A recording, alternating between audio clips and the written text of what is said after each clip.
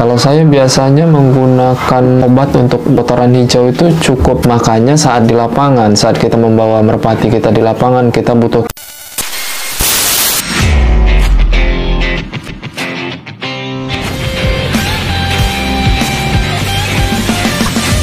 Salam merpati lovers Indonesia, kembali lagi di channel saya kali ini. Kali ini saya akan membahas pertanyaan mengatasi merpati yang kotorannya hijau atau BAB hijau. Oke, sebelum saya menjawabnya dan sebelum saya melanjutkan bagaimana penyebab dan cara mengatasinya, jangan lupa untuk teman-teman subscribe, comment, and like-nya. Oke, mari kita membahas permasalahan yang pertama yang tadi kita bicarakan sebelumnya. Permasalahan merpati atau player Anda mengalami kotoran hijau atau BAB hijau. Yang pertama kita harus mencari titik permasalahannya dulu, baru nanti bisa ketemu solusi atau cara pengobatannya. Biasanya pengalaman saya, merpati yang beraknya hijau, kalau dibilang virus, menurut saya memang virus. Karena kalau memang makanan atau minumannya dicampur, itu bisa tertular ke merpati lain. Biasanya yang pertama yang saya perhatikan, faktor cuaca, faktor kandang, yang paling penting saat faktor di lapangan. Karena saat kita memainkan merpati player kita di lapangan, kita tidak tahu merpati yang di sekitar kita itu sehat atau tidak, fit atau tidak, atau terkena virus atau tidak. Itu yang paling penting.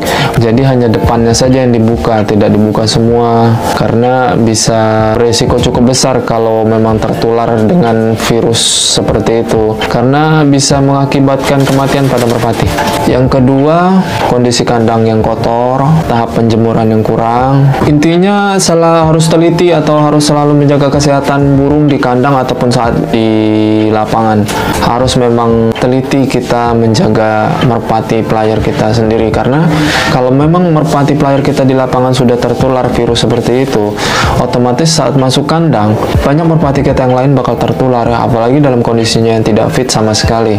Setelah kita membahas tadi pokok permasalahannya, sekarang kita membahas bagaimana mengatasinya. Sebetulnya dibilang mudah ya tidak, dibilang tidak ya mudah juga, tergantung tingkat sakit yang diderita. Jadi yang pertama, untuk tahap pertama teman-teman, kita harus mengasingkan merpati yang sakit. Mengasingkan di tempat, kalau bisa jangan satu daerah atau satu lingkup dengan lingkungan kandang kita sebelumnya, kalau bisa di luar dari lingkungan kandang kita sebelumnya, karena itu benar-benar sangat riskan. Virus seperti itu cepat sekali tertular. Setelah kita asingkan, kalau saya biasanya saya mandikan terlebih dahulu dengan cairan antiseptik untuk membunuh kuman dari luar, lalu kita jemur, lalu kita angkat dan anginkan, masukkan ke kandang yang terpisah atau di karantina di tempat lain. Untuk tahap makan, biasanya merpati yang mengeluarkan kotoran hijau seperti itu, ada yang mau makan tapi tidak banyak, bahkan ada yang tidak mau makan sama sekali. Bahkan yang tidak mau makan sama sekali itu udah menurut saya cukup berat penanganannya. Jadi nanti kita bahas satu persatu. Yang pertama, obat yang biasa digunakan untuk merpati yang kotorannya hijau sebetulnya banyak di toko-toko obat unggas. Cuman permasalahannya cocok atau tidak. Kalau tidak cocok, bukannya sembuh, malah tambah parah. Kalau saya biasanya menggunakan obat untuk kotoran hijau itu cukup termisin B+.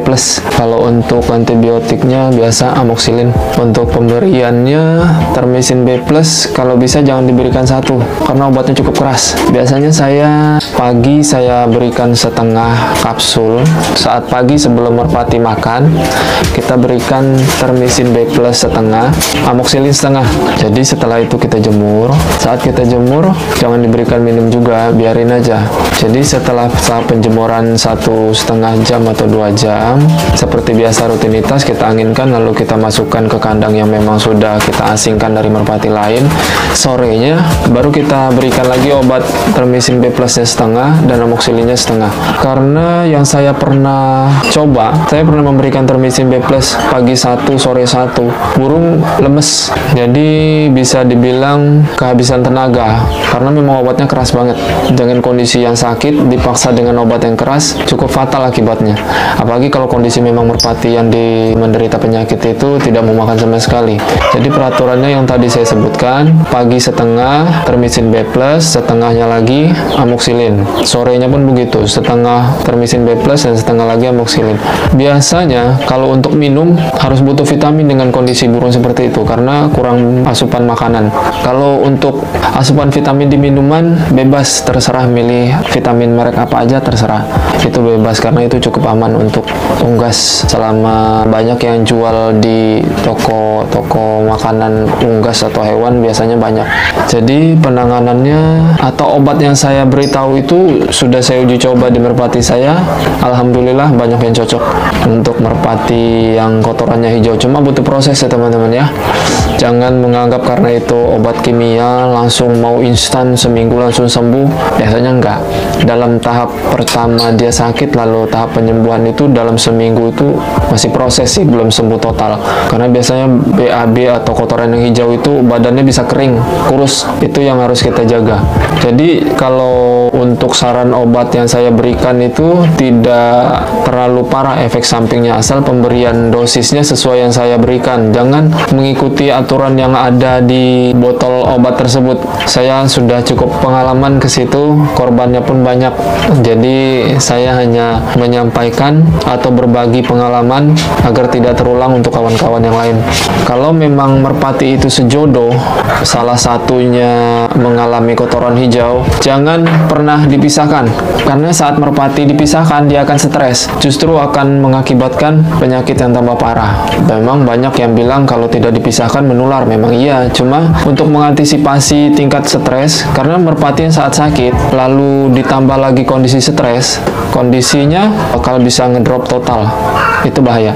Jadi kalau untuk yang sendiri atau memang belum ada jodohnya, ya diasingkan sendiri. Cuman kalau memang ada jodohnya, kalau salah satunya mengalami gejala penyakit tersebut, tidak apa-apa dicampur, cuma dikarantina di tempat lain atau di luar dari kandang inti kita sebelumnya.